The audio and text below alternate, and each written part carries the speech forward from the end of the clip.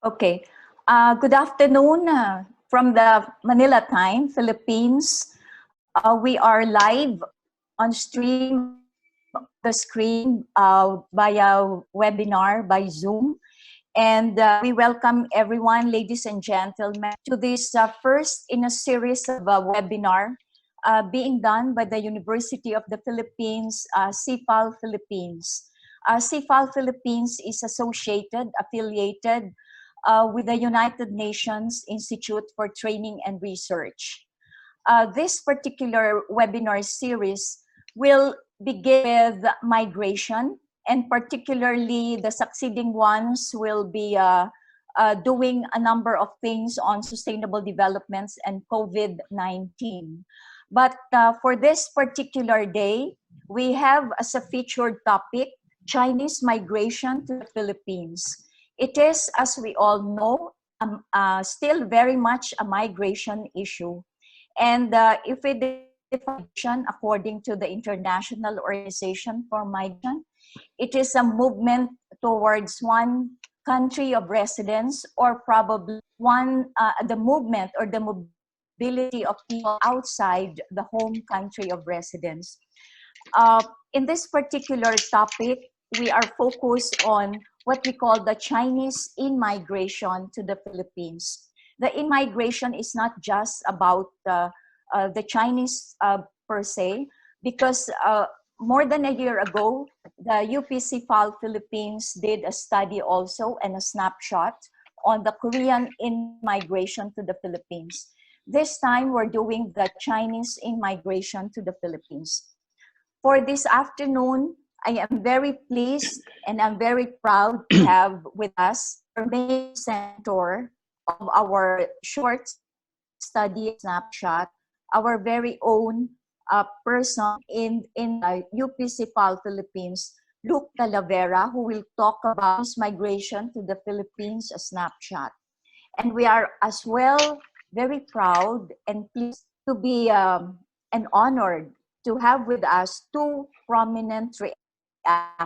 One comes from the academe and the private sector, Dr. Romel Banlawi, who will talk about current Chinese migration to the Philippines, government security measures, and security arrangements. And our second reactor is no less than the Assistant Secretary of the Department of Labor and Employment, ASEC Dominique Tutay, who has been collaborating with UPC-FAL Philippines in our Global Migration Certificate course. She will be dealing with employment of foreign nationals. As a matter of introduction, I'd like to say that many historians have written about Chinese in the Philippines, the history, the in-migration, as well as the ties that bind Philippines and the Filipino people, the Chinese nationals. In this particular case, we have taken some important data, and which shows that historically, we have had a very long tradition and history and working relationship, not just working relationship, some cultural ties with the Chinese nationals. And specifically for this afternoon, I'd like to highlight some statistics on the Chinese nationals in the Philippines, particularly looking at, I think on the next slide, one will see the statistics of Chinese nationals in the Philippines and the arrivals of the Chinese and some, but basically all four groups have been coming to the Philippines more regularly in big numbers. They are from Korea, from the United States, from Japan, and from China. But more significantly, across 2015 to 2018, and even much more pronounced in 2019, we have the increasing, the incline of the number of Chinese nationals moving into the Philippines, doing work, doing tourism and all. And as you can see from the slide on the screen, there's an increasing number of Chinese nationals moving across the years since 2015 to 2018. And in the first months alone of first 9 months of 2019, we have the data from the Department of Tourism shows that there are so far 1,359,817 Chinese arrivals in the country. In the next slide that you have with you, we also have a number of Chinese retirees which are considered special resident. They are called special resident retirees who come on and off to the Philippines some time of the year, go back to China and come back again to the Philippines. And on the screen, you will see the spread of where they can be found across the country. Metro Manila hosts the biggest number of Chinese retirees, followed by Cebu, by Davao del Sur, by Cavite, by Pampanga, Batangas, Iloilo, and Bulacan in Central Luzon. So we find the Chinese retirees picking their locations in the Philippines where they are. Also interesting, and also additional data, are actually the number of Chinese who are considered, who are granted, given the employment permit. And in this figures, one also looks at where they are located and where they are actually working as aliens, as given by the DOLE. But of course, the employment permit is rendered by the DOLE, given by the Department of Labor and Employment, but there are other permits granted by other agencies of government, which I think our resource persons and experts will discuss in a while. At this particular point, I'd like to say that the way by which UP-CIFAL Philippines examine migration is also in the context of the Philippines is a signatory. In 2018, the Philippines signed up to the Global Compact for Migration, or what we call the GCM. And the Global Compact for Migration has 23 objectives. Basically, the Global Compact for Migration recognizes that migration is a global phenomenon. It is something that brings in people from different nationalities and different countries to another point of the world. While this is an expression of human rights and of freedom of mobility, the GCM, the objectives of the GCM also commit countries who signed up to the GCM to also ensure that there is inclusivity, there is social cohesion, even as migration and mobility of nationals, regardless of their countries, should contribute to sustainable development. But also that in the first place, and I think this is quite important, that the mobilization and the migration also honor and respect international cooperation through global partnership, such that the mobility is safe, orderly, and regular. In this particular context, we'd like to highlight that the discussion this afternoon is going to zoom in and discuss in greater detail where the Chinese nationals are in the Philippines, but also zoom out a little bit and ask ourselves some questions, some concerns, whether the mobility of people, whether Chinese or not, are actually aligned to the Global Compact for Migration. Ladies and gentlemen, without much ado, I'd like to give, and I am pleased to, one after the other, describe to you who our experts for this afternoon. As I said earlier, Mr. Luke Talavera works with UP-CIFAL Philippines, and he will be the main presenter on the Chinese migration to the Philippines. Reacting to him after his presentation is Dr. Romel Banlawi, who will take up current status of Chinese migration to the Philippines, economic effects, political impact, social costs, law enforcement concerns and security implications, and government safety measures and security arrangements.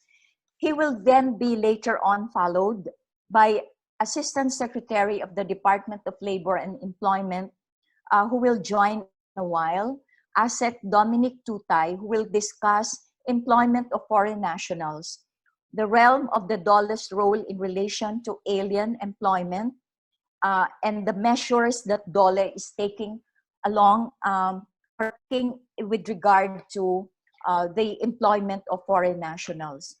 Ladies and gentlemen, may I now give you own, we are proud to have him present this afternoon a fruit of his labor, of his snapshot study, Luke Dominic Talavera from UP CPAL, Philippines. Thank you, Luke. Thank you, ma'am. Good afternoon, everyone. I'm Luke Talavera, and I'm here to present to you UP CPAL's research on Chinese migration to the Philippines. Before I start, I would like to commemorate the late Dr. Eileen Baviera, whom we lost due to COVID-19 earlier this year. She was one of the leading sinologists in the country, and I got the chance to talk to her last year, and I asked her how to approach this study. She told me that this topic will always be politicized, and so I should strive to be as factual and objective as possible. So that's how I approach this. Okay, next please. The outline of my presentation is objectives of the study, statistics on Chinese nationals, some notable issues and concerns, and steps on moving forward. The objectives of the study is to provide an appreciation of the beginnings of Chinese migration to the Philippines, to give a brief understanding of modern-day influences and relations between Chinese and Filipinos in the realm of current migration patterns and practices, and to provide an understanding of Chinese migration and Philippine-Chinese relationships in the context and the prospect of global migration and what the UN refers to as safe, orderly, and regular migration. Before we proceed to the statistics, we first have to define what migration is and who are considered as migrants. Migration is defined as by the International Organization for Migration as the movement of persons away from their place of usual residence, either across an international border or within a state. In relation to this, a migrant is any person who is moving or has moved across an international border or within a state from his or her habitual place of residence, regardless of the person's legal status, whether the movement is voluntary and involuntary, what the causes of the movement are, and what the length of the stay is. We also have to define first what regular and irregular migration is, as this will be used throughout the presentation. Regular migration is migration that occurs in compliance with the laws and of the country of origin, transit, and destination. On the other hand, irregular migration is the movement of persons that take place outside the laws, regulations, or international agreements governing the entry into or exit from the state of origin, transit, and destination. Lastly, we have to define who are considered as Chinese migrants.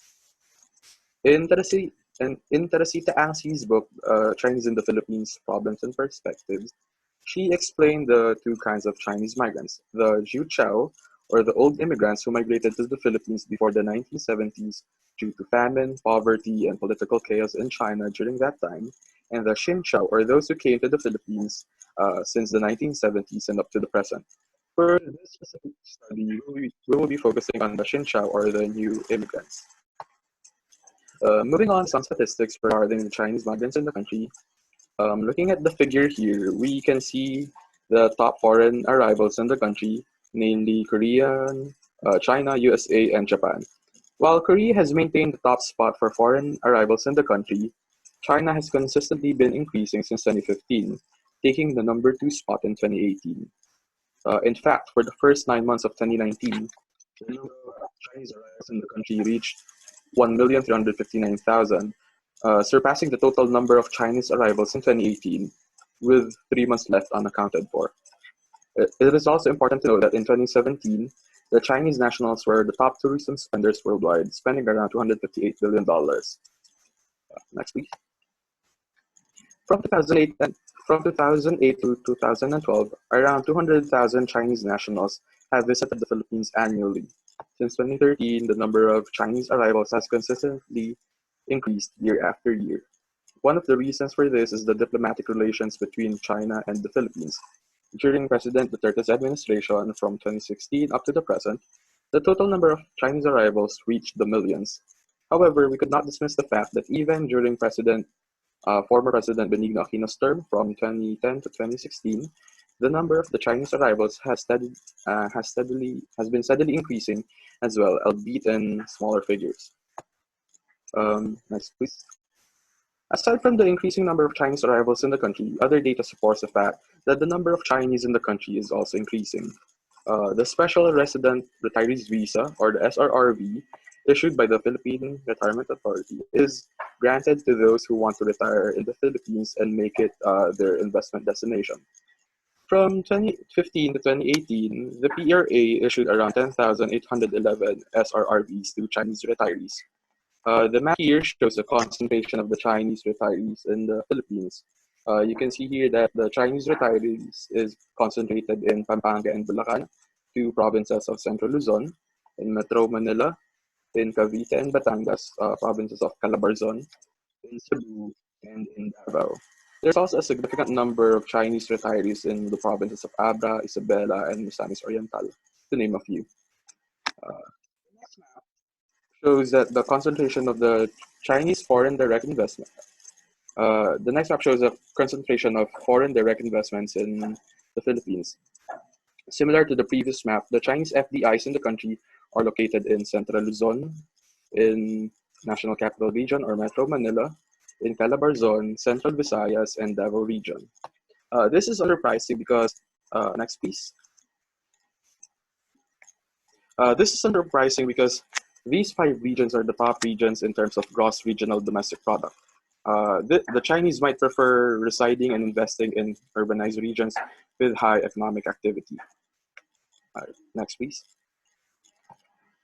The figure above shows that since 2010, the number of Chinese FDIs is steadily increasing. This reflects the relationship between the Philippines and China. Another example that reflects the relationship between the Philippines and China is the influx of Chinese migrant workers in the country.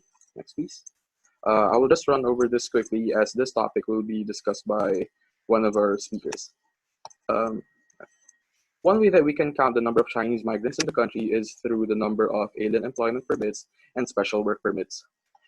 Special work permits are issued by the Bureau of Immigration. In 2018, the Bureau issued around 185,000 special work permits, 64,000 of which were issued to Chinese nationals.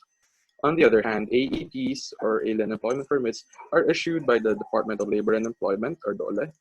From 2015 to 2018, around 163,000 AEPs were issued from 2015 to 2018, with 85,000 of which were issued to Chinese workers. Next, please. This table shows that most of the AEPs are concentrated in NCR, Central Luzon, Calabarzon, Central Visayas, and Davao Region. Next, please. Majority of the AEPs issued to Chinese nationals were given to the workers in the administrative and support service activities industry. POGO workers belong in this industry. Other industries issued with AEPs include the manufacturing sector and the construction sector, to name a few. Moving on to some notable issues and concerns. One of the major issues regarding the Chinese migration to the country is the implications of Philippine offshore gaming operators, or POGOs. I also won't elaborate too much on this, as this will be covered by one of our speakers. POGOs are online gambling firms regulated by the Philippine Amusement and Gaming Corporation, or PAGCOR. According to the DOLE data, roughly 30,000 workers with AEPs are involved in POGOs. However, some sources claim that there are around 100,000 to 250,000 Chinese workers in the country. Senator Richard Gordon even claims that there are up to 470,000 POGO workers here. The POGO industry contributed around 551 billion pesos to the Philippine economy in 2019. The government could collect around 2 billion pesos per month in taxes from POGOs. However, the Philippines failed to collect around 21.6 billion from taxes last year. The pogo industry is so big that it has contributed more to the economy than the previous leading industry, the business process outsourcing or the BPOs. In fact, it has overtaken the BPO industry as the top industry in need of new office infrastructure. Because of this demand for infrastructure, the price of real estate has increased, not just in Metro Manila, but also in provinces around Metro Manila such as Laguna, Pampanga, Cavite, and even Cebu. Another issue related to the influx of Chinese migration to the influx of Chinese migration is the issue of undocumented construction workers. China and Japan has committed around $9 billion each for the Build program. Because of this, the Philippines is in need of a lot of construction workers. Representative Momo from the Construction Workers Solidarity claimed that the country needs around 4 million construction workers. He cited some reasons as to why the Philippines lack construction workers. One is that Filipino construction workers are now working overseas. Another is that there is just a lot of construction projects going on. And lastly, around 20% of construction jobs are reserved for skilled laborers such as carpenters, welders, and electricians. The problem, however, is not the fact that we have Chinese construction workers, but rather the incidences of irregular and undocumented construction workers in the country. There have been cases where these construction workers were apprehended because they were only holding special work permits, which does not allow them to participate in construction work. President Duterte is wary on deporting these irregular Chinese workers as it may have repercussions for OFWs in China. Next, please. Both the issues of POGOs and undocumented construction workers are cases of what we call irregular migration. The Bureau of Immigration has arrested around 2,000 irregular migrants, mostly construction workers and POGO workers, for not having proper documentation. However, it should be noted that irregular migrants should not be seen as criminals, but rather as victims of trafficking. Next, please. Another issue linked with the influx of Chinese migrants are crimes. One of the crimes involving Chinese migrants is sex trafficking. There have been cases of women in the POGO industry being trafficked through messaging apps. Next, please. Kidnapping is another example. There have been cases of Chinese on Chinese abductions and abductions involving POGO operators and their employees. Drug trafficking is another example. In November 2019, Liu Chao, a Chinese national, was arrested. More than 370 kilograms of methamphetamine or shabu amounting to 2.7 billion pesos were discovered in his possession. Next, please. Another concern linked with the influx of Chinese migrants are employment concerns. In 2019, the Social Weather Stations, or SWS, released a survey saying that 70% of Filipinos were worried about the increasing number of foreign Chinese working in the Philippines. However, Secretary Locsin assured that the Chinese workers did not compete with the local labor market, as the online gambling industry mainly employs Mandarin speakers. The Trade Union Congress of the Philippines, or TUCP, also said that Chinese workers are welcome in the country as long as they are properly documented. Lastly, the issue of COVID-19 is also linked with Chinese migrants. However, President Duterte himself asked the people to stop the racist remarks regarding Chinese migrants in the country during the onset of the pandemic. One picture that went viral during this period was a picture of Chinese nationals giving away free masks. This shows that even though there are negative sentiments towards the Chinese migrant community, there are those who strive to be a part of the local community. Next, please. The last part is moving forward session. The study is anchored on the Global Compact for Safe, Orderly, and Regular Migration, or the GCM. The GCM, an intergovernmentally negotiated agreement prepared under the United Nations, is a non-binding document composed of 23 objectives that would help achieve safe, orderly, and regular migration at the local, national, regional, and global levels. The Philippines is one of the 164 states that adopted the GCM in 2018. Because the Philippines is committed to the GCM, we are committed to promote safe, orderly, and regular migration for all migrants to and from the country during all stages of migration. This is one of the reasons why the Philippines does not subscribe to the term illegal migrants and instead uses irregular or undocumented migrants. Please. You can see the 20 objectives here, but I will not discuss each objective. Next, please. The main problem arising from the study is that there is a need to improve the collection and disaggregation of data, specifically on Chinese migrants in the country. Multiple sources claim that there are different numbers of Chinese workers in the country. Data collection needs to be standardized and synchronized between government agencies in order to avoid inconsistencies. And doing this will help achieve the GCM objective number 1, or collect and utilize accurate and disaggregated data as a basis for evidence-based policies. The data presented here is basic and insufficient to draw further recommendations. Detailed data regarding sex, age, characteristics of migrants, migration status, patterns and trends, and drivers of migration are all needed for evidence-based policymaking. Disaggregated data regarding the availability of skills, labor market needs, and economic implications of migration to the country are also critical to achieve data-driven policymaking. Another step to move forward is to figure out how to ensure decent work and reduce inequalities for our migrant community. GCM objective number 6 says that there is a need to safeguard the conditions that ensure decent work for migrants. The issue of POGOs and Chinese migrants in the Philippines are all labor issues linked with decent work and inequality, which could be addressed by well-rounded policies. Another step to move forward is to ensure proper documentation for these migrants. Doing so will lessen the exposure of migrants to vulnerabilities such as crimes and trafficking.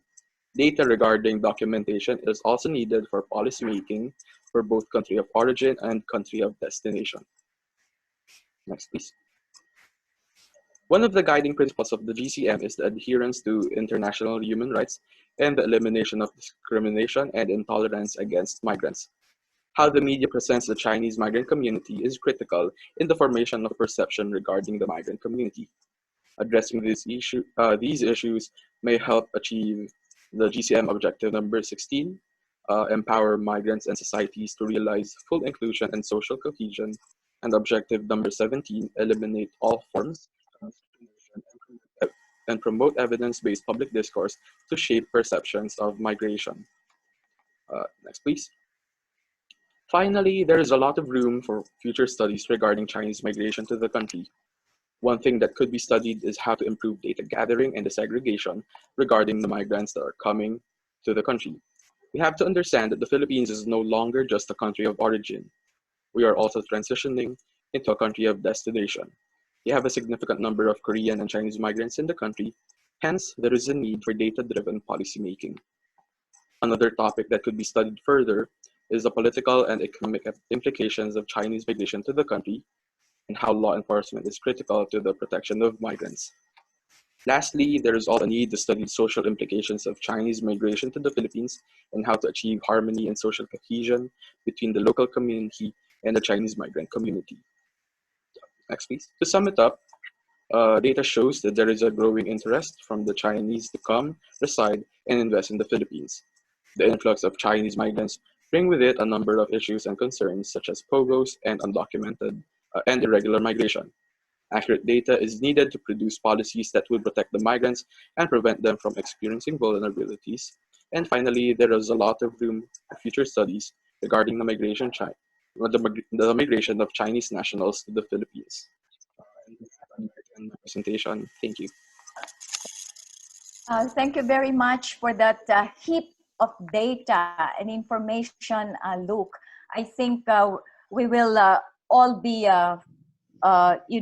filled with so much information as we go through. At this point, let me say and let me mention that we will give a generous 20 minutes as well to our reactors. Each of the 2 reactors will have 20 minutes for their presentation. But before that, let me also say that this roundtable, this discussion and webinar is being recorded. And as I track the chat from the participants, there seems to be a number of questions already coming in. Let me proceed now and let us listen to the first reactor. And I'd like to introduce him very briefly. Our first reactor is Dr. Romel Banlawi. He is Philippine Association for Chinese Studies president.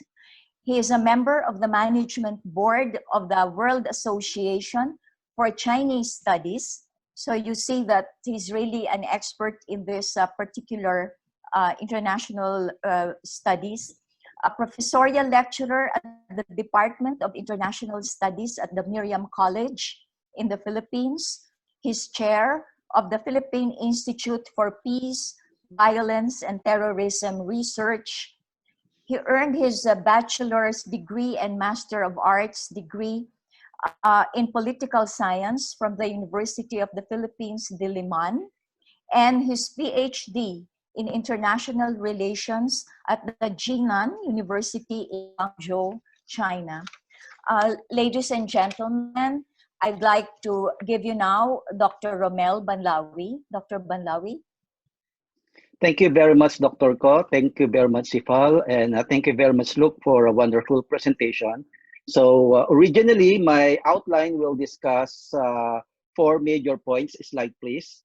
I will talk about the current status of Chinese migration in the Philippines, economic effects, law enforcement concerns, and government safety measures and security arrangements. But since Luke already discussed the 2 major points, so I will just concentrate on discussing the last 2 points in order to allow more room for discussion. Next slide, please. So as stated by Luke, we saw the influx of Chinese nationals to the Philippines because of President Duterte's China-friendly policy.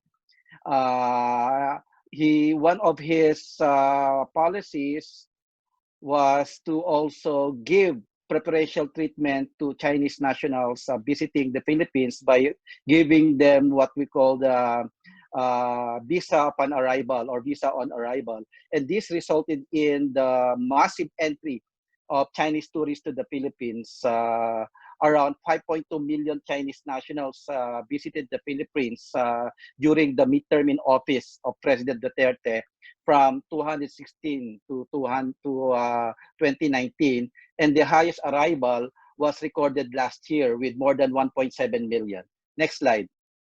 So this is the statistics. Next slide, please. The comparison of the annual increase of Chinese arrivals to the Philippines. Next slide, please. So if you will look at the immigration office, you'll see the China-friendly policy there by putting a lot of Chinese characters in the instructions at the immigration. Next slide. So this is just the graph showing the increasing number of tourist arrivals in the Philippines from China. Next slide. Okay, I'll just show it to you. Next slide. Okay, and that is proven by the data released by the Department of Tourism about the increasing number of Chinese nationals in the Philippines, particularly the arrival of tourists, even surpassing Korea in 2019. For the past several years, Korea used to be the #1 source of foreign tourists of the Philippines, but since Duterte assumed office, it has been surpassed by China. So now China is the #1 source of foreign tourists to the Philippines. Next slide. Next slide. We can skip that. Next slide. So if you will look at next slide, if you will look at the profile of Chinese nationals coming to the Philippines, 70% came from the mainland China, okay, and the rest came from Hong Kong, Macau, and Taiwan. Since the Philippines has a one China policy, visitors coming from Taiwan is considered to be coming from China. So we count that as a China source. Next slide. So what's the effect of this current Chinese migration in the Philippines? There's no doubt that their influx boosted the growth of Philippine economy because spending by Chinese tourists create a lot of economic activities like airlines, travel, transportation industry, hotels, condo, real estate properties, residential places, restaurants, resorts, industries, malls, and convenience stores. if you will go to places like Pasay, Parañaque, and even Ortigas, you'll see proliferations of Chinese restaurants as well as convenience stores offering and catering to the Chinese nationals. So it created economic activities, although these economic activities were affected heavily by the COVID-19 pandemic. Next slide. So when President Duterte assumed office, he encouraged specifically the Chinese people to visit the Philippines in order to boost Philippine tourism and to invest in the country in order to make Philippines-China economic relations more robust. And as a result of that, China became the Philippines' top trading partner and the largest source of imports, with a trade volume reaching close to $56 billion in 2018 alone. And China served right now as the largest source of foreign investment origin, reaching at least 67 million in 2018, and the largest source of net equity capital allocation of around $100 million in 2019. Next slide. The avalanche of Chinese tourists to the Philippines alone encouraged many economic activities that generated local employments. According to the Philippine Statistics Office, tourism industry contributed to average of 12.7% to the growth of Philippine economy between 2016 and 2019. And sectors that benefited from Chinese tourism were transportation, particularly air, land, and water, hotels, restaurants, convenience stores, malls, souvenir shops, and other tourist spots all over the country, particularly in areas where we can find what we call the POGOs, or the Philippine Offshore Gaming operations. Next slide. And POGOs operated by Chinese nationals in the Philippines brought some economic advantages, and later on I will discuss the social cost of operating POGOs, as well as the law enforcement and security implications of POGO operations. If you will base on the data coming from the Philippine government, POGOs contributed 551 billion pesos, or 10 billion US dollars to the Philippine economy annually from 2016 to 2019. And this represented almost 1/3 of annual remittances of overseas Filipino in 2019. And in fact, I compared this annual revenue from POGOs to the budget of DepEd and DND. The POGO revenue is even close to the annual budget of Department of Education and higher than the annual budget of the Department of National Defense. Next slide. So it's really very, very big money being generated from POGO operation. Next slide.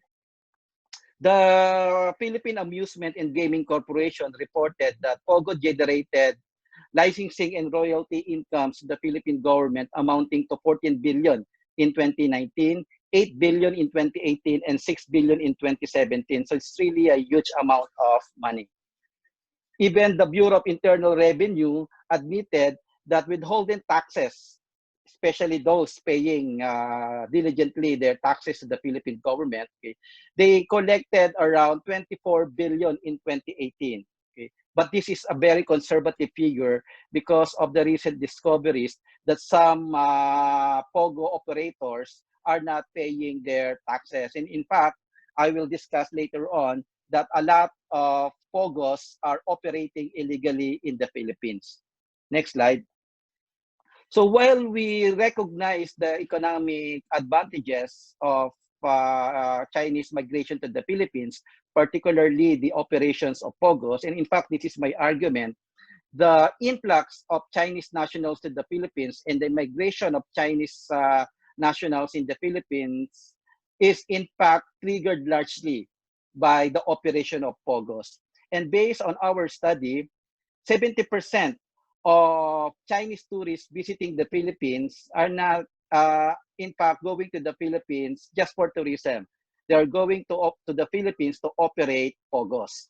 And we already know that POGO operations created huge political impacts to the Philippines. Number one, of course, labor disputes, as already discussed by Luke, because of the view that Chinese nationals are stealing jobs meant for Filipinos. Of course, it affected our local political dynamics. It heavily affected partisan politics, and opposition officials use this as a rallying issue against the Duterte administration. And it also created diplomatic concerns between the Philippines and China. In China, operations of online gaming is illegal, and therefore China is very much concerned about how online gaming is being run in the Philippines, catering to the Chinese nationals. And based on our study, 98% of players in the Pogo industry in the Philippines, okay, come from China. Okay, so talagang doon sila nagki-cater. Next slide. Next slide. So we'll skip that next slide. So this is just an example of the what's next. Okay, social cost. So I discussed the political impact. So what's the social cost? Of course, number one social cost is the reinvigoration of all racial tensions between Chinese nationals and Filipinos. You know, there's now a continuing stigmatization against Chinoy communities. Because the Chinoys, they are originally from their ancestors are from China, but they are Filipinos, but they are being affected by this negative imaging and negative stereotyping against Chinese nationals. So the Chinoys became what we call the collateral damage from this situation. And most importantly, increasing criminalization associated with Chinese migration. And some were already discussed by Luke. Okay, next slide. So this is just an example of the stigmatization against Chinese and Chinese Filipino. Okay, next slide. Okay, the column of Sionel Jose. Next slide. Of course, the Chinoy reacted. Caroline Howe reacted. And next slide. And of course, our very own Teresita Angsi also reacted to this kind of stereotyping, because the Chinoy communities were being affected by this negative image against the Chinese. Next slide. Okay. It also created migration problems, okay, and other law enforcement concerns to the Philippines. And number one migration problem is the issue of overstaying Chinese nationals, okay, especially those having illegal entries. Their modus operandi is that they will apply for tourist visa, or they will avail of visa upon arrival to legally stay for 21 days, but most of them stay more than that, okay, because they can pay for some penalties. And now we are seeing a lot of undocumented Chinese nationals and illegal workers, okay, particularly those recruited illegally. So we see phenomenon also of fraudulent recruitments, okay, and some also involved in forced labors, okay, human trafficking, and also sex trafficking. And we have seen a lot of news stories about that. And this kind of stories were already investigated by the Philippine Senate. So it's already open. But 2 years ago, we were already raising these issues. And I'm glad that the Senate has spoken and disclosed all these problems associated with current Chinese migration, particularly the operation of POGOs. Next slide. So you will see from this chart that the Philippines recognize around 45 POGO operators. But in our study, next slide, okay, in our study, when we check websites offering online gaming and catering to the Chinese, we discovered 60 active POGOs that not these are the 60 active POGOs. Next slide. But we discovered more than 100 sites operating illegally and not recognized by the Philippine government. And the number can be more, but this is just based on the websites that we can access. Next slide. Okay. And now it's aggressively, prior to COVID-19, they were aggressively recruiting workers, not only from the Philippines, but most importantly from China. Next slide. So I will skip this because this has been discussed already by Luke about the issuance of alien employment permits and temporary worker permits. But this is a very, very conservative figure. Next slide. Next slide. Okay. Okay. Proceed to law enforcement concerns. Next slide. Okay. Now, these are the other law enforcement concerns associated with the current Chinese migration in the Philippines. Of course, kidnapping, murder, homicide, torture, extortion, loan sharking, and others. We see a lot of illegal online gaming happening and even cyber crimes, human trafficking, drugs trafficking, arms smuggling, and lately, as disclosed by Senator Gordon, money laundering. Money laundering. Next slide. So this is just an example of a story of Chinese nationals being forced to work in the Philippines in the gambling dens. Next slide. Okay. Next slide. I will just skip that because these are just stories of arrest and tensions happening because of their presence in the Philippines. So I will now talk about security implications. Well, Chinese migration in the Philippines is causing some traditional security concerns. Now we can see issues of Chinese creeping invasion of the Philippines and even describing the Philippines as a new province of China.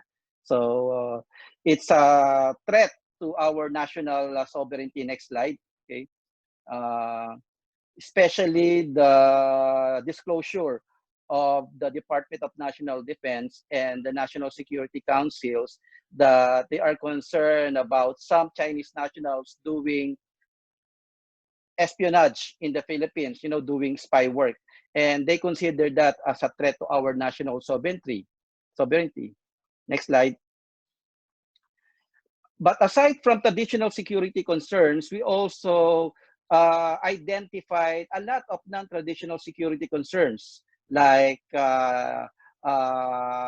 threats to human security, like labor security, criminal activities. This phenomenon is also triggering a lot of corruption and some predatory activities like bribery and other illegal transactions. It triggered transnational organized crimes to operate in the Philippines. Many transnational organized criminal organizations that we monitored the operating in Thailand and Myanmar, as well as in Cambodia, they transferred to the Philippines during the time of President Duterte. They are now involved in a lot of illegal activities, drugs, human and small arms trafficking, cybercrime, etc., etc. Okay. So I will conclude by discussing law government measures, law enforcement measures, and security arrangements. One, there's a need to beef up our tourist protection for Chinese tourists, especially those being recruited illegally and being subjected to a lot of fraudulent activities. So that needs for tourist protection. Next slide. Also, labor protection, not only protecting the labor rights of Filipinos, but also the labor rights of the Chinese working in the Philippines, especially those working legally. So there's also a need for legal protection because that is in accordance with international law to protect the labor of any nationalities operating in a certain country. Next slide. Okay. Next slide. And protection of individuals against crimes, especially index and non-index crimes and transnational crimes. Next slide. So what's the impact on Philippines-China relations? So the impact, the two countries having learned lessons from the current Chinese migration in the Philippines should pursue bilateral cooperation in the following areas. One is tourist relations. They need to cooperate more on that aspect. Then labor relations, they need to talk about salaries and welfare of their respective nationals. Then law enforcement cooperation against transnational organized crimes, and security cooperations, particularly in the area of border protection and protection of their respective nationals. Okay, next slide. When President Xi Jinping visited the Philippines in 2018, he proposed the pursuance of comprehensive strategic cooperation between the Philippines and China. And this area is an area where the Philippines and China can implement this concept of comprehensive strategic cooperation by beefing up relationship in the area of tourism, labor, security, and law enforcement. So that ends my presentation. Thank you very much for your attention. Thank you very much. As usual, it's always a pleasure listening to you, Dr. Banlawi. That's that's a mouthful of information, very, very critical ones as well. Before I react to stigmatizing the Chinoy myself, I'd like to call the attention of our panelists on a number of questions which are already registered in the Q&A. If you can access the Q&A, please, as well as those that appear in the chat. For one, there is a question in the chat that has to do with, let me see, I think I could hardly move up my, okay, but I have access to the chat, do you? And to the Q&A as well. But in addition to these questions, there are also some which we have received, and I'd like to read them. If there is really a national security threat with the apparent uncontrolled influx of Chinese migrants into the country, how can we mitigate this situation as Filipinos? That's a question that came in from PhilHealth.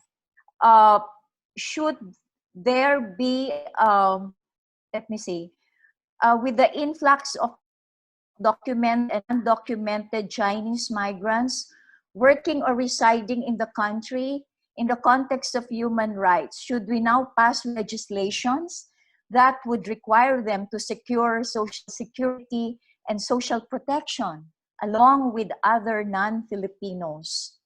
And then there's also a question from from our audience, from the UP Population Institute. How are they affecting housing, education, referring to the POGOs? How are they affecting housing, education, health, economy, politics, ICT, culture, business and commerce in the Philippines? And what measures can be put in place in order to curb or prevent tax evasion by the POGOs? I think there are many more questions, but before our panelists respond to this, let me now give you first and we will continue with the Q&A later on, but I'd like to give you our third, last but not least, reactor, no less than the Assistant Secretary and Concurrent Director of the Bureau of Local Employment under the Department of Labor and Employment. She took her Master of Development Planning at the University of Queensland in Australia, her MA in Development Education from the University of Santo Tomas, and Bachelor of Mass Comm at the Silliman University. And her bureau promotes full and decent employment through policy and program development. She's a member of the Philippine delegation negotiating free trade agreements specific to the movement of natural persons, and she's involved in the mitigation of employment impact on COVID-19. Without further ado, let us please welcome and listen to the presentation of Assistant Secretary / Director of DOLE, Ma'am Dominique Tutay. Okay, good afternoon, everyone, and thank you for the opportunity to provide an update on employment of foreign nationals. I know that some of the data are already covered, but we will be providing you complete 2019 information about employment of the foreign nationals. So in the next slide, we'll just be presenting the legal basis in terms of the Philippine Constitution, which provides for the preferential use of Filipino labor, and so as with the practice of profession also in the Philippines, that is supposedly limited only to Filipinos, provided save in cases prescribed by law. Next slide. Okay, in the labor code, it says there that the Department of Labor and Employment is mandated to regulate the employment of foreign nationals through the issuance of alien employment permit. And the issuance is subjected to the labor market test to ensure that there is no competent, able, and willing Filipino at the time of the application for which the services of the foreign national is being desired. To provide the rules and regulations of that specific mandate under the labor code, our recent guideline is on DO 186 series of 2017, but the amendment of this specific policy has already been started since 2019. It's just that we have not pursued the review process because of the current pandemic.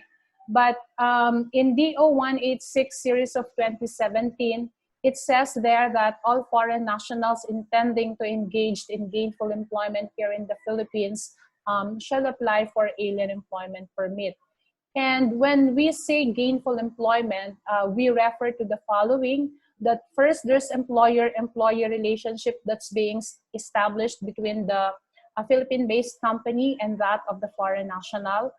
The employer has the power to hire or dismiss said foreign national, and the employer pays the salaries or wages also of that foreign national, and he has the authority to control the performance of the foreign national. Next slide, please. Let me just note that alien employment permit is not an exclusive authority for a foreign national to legally work here in the Philippines. Under the Philippine Constitution and laws, there are other permits and visas and authorities issued to foreign nationals by other government agencies. Next slide, please. All right, so these are some of the permits and authorities being issued to a foreign national. So authority to employ is being requested from the DOJ. The authority to hire foreign national is also requested from the DNR, Mines and Geoscience Bureau. This is particular to foreign nationals engaged in mining. And then the Professional Regulation Commission also requires a special temporary permit for foreign nationals who intends to practice profession here in the country. And DOLE, we issue the alien employment permit. The Bureau of Immigration also issues special work permit and provisional work permit. The special work permit and provisional work permit probably will be discussed later on as we provide you some recent policies of the interagency involved in the task group assigned to look into the employment of foreign nationals here in the country. Next slide, please. Okay, in terms of visas, there's also a number of agencies issuing visas. So you have 9G from the Bureau of Immigration and the Department of Foreign Affairs. BI also issues SVEG visa, or the special visa for employment generation. DOJ and DFA issues the 47A2 or the special non-immigrant visa. BI with treaty traders visa or 9D.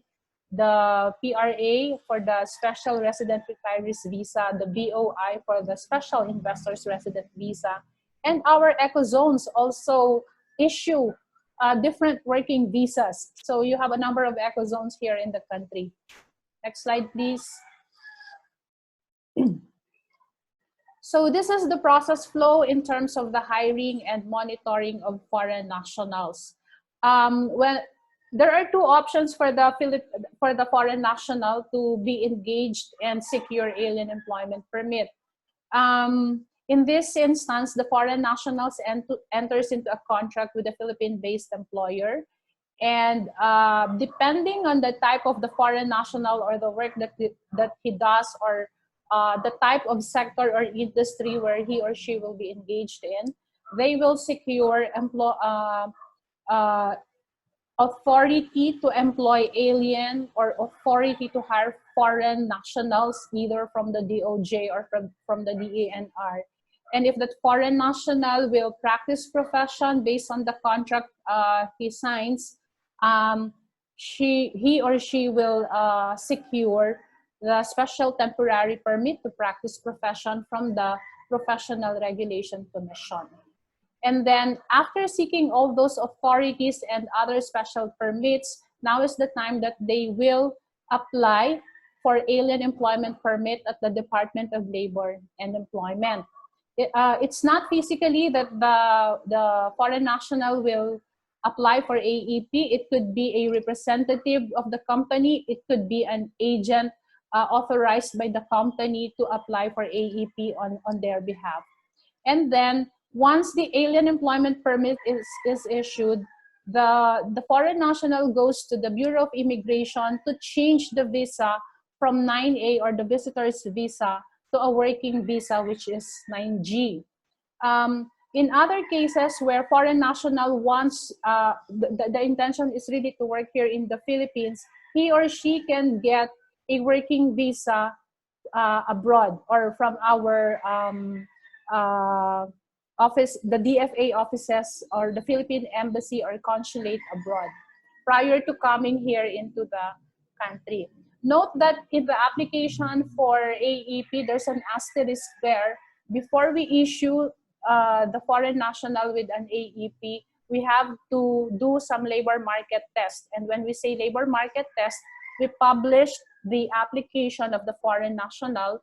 Part of the publication will be the company which hires the foreign national, the name of the foreign national, the position of the foreign national. So if there's any Filipino who wants to contest the application of the foreign national, then by all means they can go to the regional office of the Department of Labor and Employment to question the said application for AEP.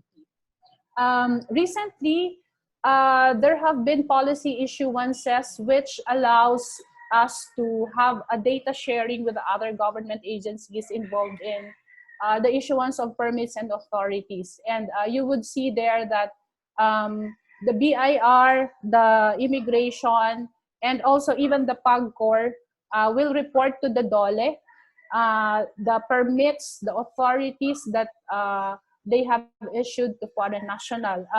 This is a way of telling us that, because we were accused in the past that there's no single database for foreign nationals present here in the country. So, but this would only refer to foreign nationals that are working. It does not refer to any tourist foreign nationals here in the Philippines. Next slide, please. All right, I'd just like to bring your attention to the 2019 data, because prior years have been already presented. Take note that in 2019, it's not just more than double. From, for instance, 54,000 alien employment permits issued in 2018. In 2019, it went to as high as 150,000 alien employment permits that were issued by the Department of Labor and Employment. And most of this are coming from the National Capital Region, representing about 71 or 72% of all the AEPs issued. And then you have Region 3, Region 4A, and Region 7. This is where our economic zones located as well. Next slide, please. This slide is the top 5 nationalities, but if you look at Chinese nationals, consistently from 2016 to 2019, they are at the #1 spot. Okay. All right. Next slide, please. And you would see the tremendous increase, 2018 versus 2019, and this is because of the POGO operations in the Philippines. And this is also the most controversial year when it comes to Chinese nationals here in the country, with the so many hearings in the Senate and also in at the House of Representatives. Next slide, please. In terms of occupation, most of them are technicians and associate professionals. About 58% of the total AEPs issued for 2016 to 2019. Next slide, please. In terms of industry, administrative and support service top the list, and this is where you will find the POGO workers, particularly the Chinese nationals. There are some engaged in construction and also in manufacturing. Next slide. Okay, these are some of the specific occupations that Chinese nationals are engaged into. They are categorized as business process outsourcing, but they're not categorized as BPO, but if you look at the occupation categories, it's similar to that of the business process outsourcing sector. So you have the customer service relations service provider, the strategic support provider. Next slide. You have the IT support provider, the gaming software platform provider, live studio and streaming provider. And there is a special class of BPO. This is what I'm referring to. There's about 4 or 5 that has been issued license by PAGCOR these are BPOs, but they will specifically cater to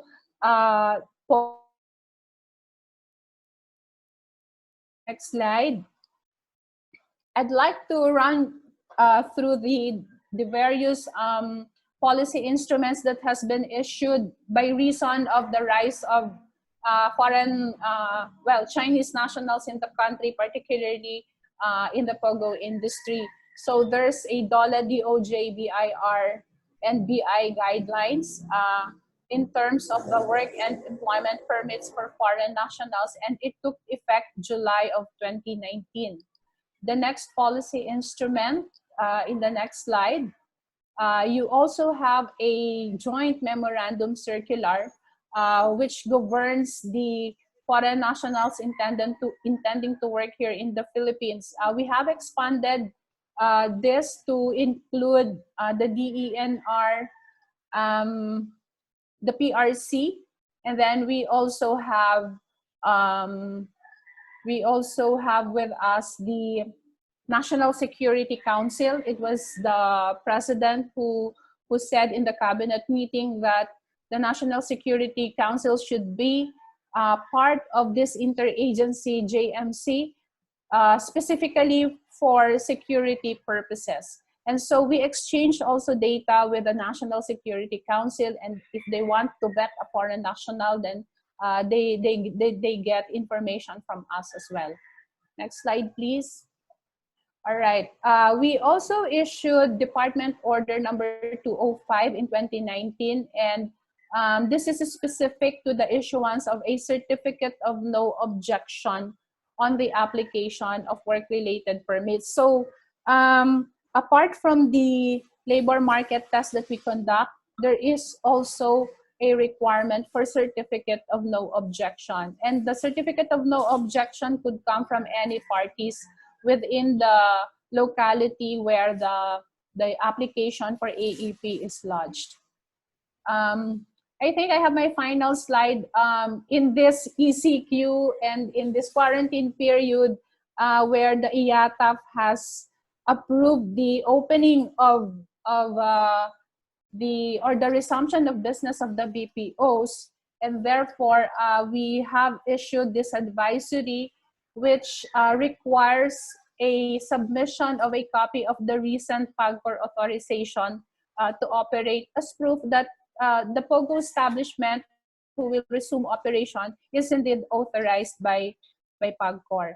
And we will be having an online or electronic submission of their AEP applications and also delivery of the permits via courier services. I'll stop from there and thank you for the opportunity to share this information. Thank you. Thank you very much for your presentation. Very informative one. Senai. But we are bursting with so many questions, and there are very interesting questions. Please refer to the chat or to the Q&A. But among this, if any one of our speakers today would like to address any of these questions. One is, are there efforts on the work permits to be coordinated, meaning I think streamlined across agencies and collate the disparate data? And are the data available? So I think because there are many issuing agencies, I mean, there are agencies, different agencies that issue work permit. Can this be streamlined, ASEC? I think this is for you. If the other, yeah, would you like to answer now? Yeah, in the two policy instruments that I have presented, the JMC and the joint guidelines, all the agencies issuing permits and authorities will report to the Department of Labor and Employment, and it's DOLE who conducts the validation of all this data being submitted by the Bureau of Immigration, by PAGCOR, and also by the BIR. And we use that information in so many occasions when we face the Senate, so that we are in sync. We're only saying one data. And when we also conduct, for instance, investigations, and the data, the official data would be coming from the Department of Labor and Employment. Is data be available to anyone who is sick or who would be interested in it? Or is there something like restricted data? Okay, there are some restrictions. It would depend on the usage of the data or the purpose of the data. And we normally just provide information in terms of the number as generic as occupation, industry, but in terms of the name of the foreign nationals, we really do not just give it easily because of the Data Privacy Act. But it's available in our database. Thank you, ASEC. Questions. One, is there a chance, any of the speakers could respond, please? Is there a chance Chinese military members are in fact in the Philippines as POGO, under the POGO banner? Would anyone want to, or Dr. What's the question Madlavi? again? Yeah, what's the question again? Is there a chance that Chinese military members, in fact, in the Philippines, are here already as under the POGO banner? If you ask my yeah. opinion, there's a great chance. There's a great chance that they are here. Not only Chinese military, but all types of nationals engaged in spying activities. All countries, anywhere in the world, they all have their own spy doing a lot of spy activities. And they're using a lot of covers, not only tourism, not only employment. They are businessmen, teachers, students, you know. That's the nature of intelligence. So there is a possibility. And therefore, it is the responsibility of the Philippine government to prevent these spying activities to cause harm to our security. So it's our responsibility to be vigilant and to be on guard in order to prevent them from undermining our own security. It's happening all over the world. We also do that in other countries. We also do that. Thank you, Dr. Banlawi. Maybe this question is also, for anyone. Why are Chinese nationals apparently enjoying preferential treatment under the current administration? Anyone? May I proceed in the meantime to another question? Is it possible to have a balance between diplomatic foreign relations on the one hand and also promoting sovereignty on the other hand? I can Any answer that, but I let other speakers to answer it first. But I have my opinion Sir? on that matter. Yeah. Maybe I can leave it to Professor Banlawi. Okay. Well, regarding yeah. regarding the first question, it is a deliberate policy of President Duterte to really pursue friendly relationship with China. And the first country that he visited was China with a specific purpose to take advantage of China's economic achievements, especially to be part of China's Belt and Road Initiative. So it's really a deliberate policy to be friendly with China in order to get pragmatic benefits like foreign aid, investments, and also tourism. And Duterte is not the only leader doing that. Many Southeast Asian countries, even the most adversarial Vietnam, also doing the same thing because of economic opportunities that China can offer. And President Duterte made what I call the great paradigm shift in our foreign policy. From the lowest moment of Philippines-China relations during the time of President Aquino, who filed the arbitration case against China, President Duterte made a paradigm shift. Now, the two countries are enjoying what we call a turnaround in their relationship. The term being used by President Duterte was the blooming of a beautiful flower. And the term used by President Xi Jinping was a sunshine after the storm. So that's now the nature of Philippines-China relations. And I think China also accepts this kind of friendly gesture from the Philippine government because from China's perspective, the Philippines is very important strategically to promote its political agenda, not only in Southeast Asia, but to the larger Asia-Pacific region. Okay. Having said that there's the blooming of a beautiful flower, I think this question from Armand Eustaquio is in order. How do you see the future of the Philippine-China relations when President Duterte steps down? For me, there will be a lot of uncertainties. If we have a government in 2022 that will change the policy of Duterte, of course, expect the reversal because that's the nature of our presidential system. Our approaches to our policy changes every 6 years. So that's the concern of China. And a lot of my friends in China asking me about the future of Philippines-China relations after 2022. And I always say it's full of uncertainties. It depends on who will become the president in 2022.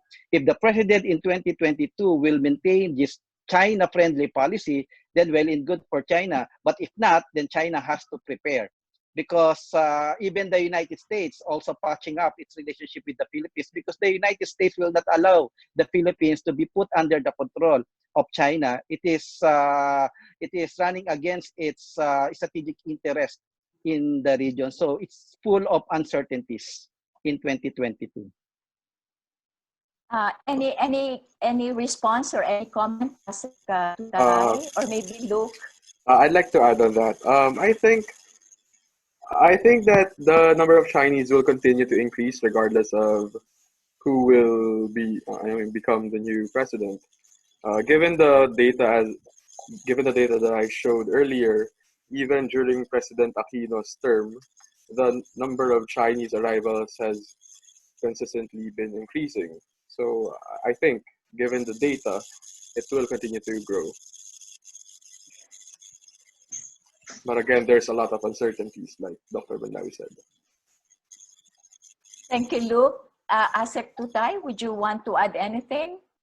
Okay, for us in terms of the policy environment when it comes to foreign nationals working here in the country, whether you're a Chinese or not, we make our policies fair to all types of foreign nationals. If they remain in the industry, then the policy in terms of POGO operations will remain the same for as long as they follow all the legal requirements in terms of work permit, in terms of paying taxes, and in terms of immigration laws, then we're fine having them here in the country. So I think there are many more questions, many more comments that are raised through our Q&A and through the chat. But ladies and gentlemen, I'd like to say that's all the time that we have. We don't want to have a very prolonged Zoom. We're already bursting with Zoom meetings, one after the other, and Zoom and webinars. So I will spare Asek Tutay from more. Thank you very much, Luke. That's a wonderful, very good initial presentation. And of course, always the brilliant presentation of Dr. Banlawi. Thank you very much to all who participated. I think this is a good relief from talking about COVID-19.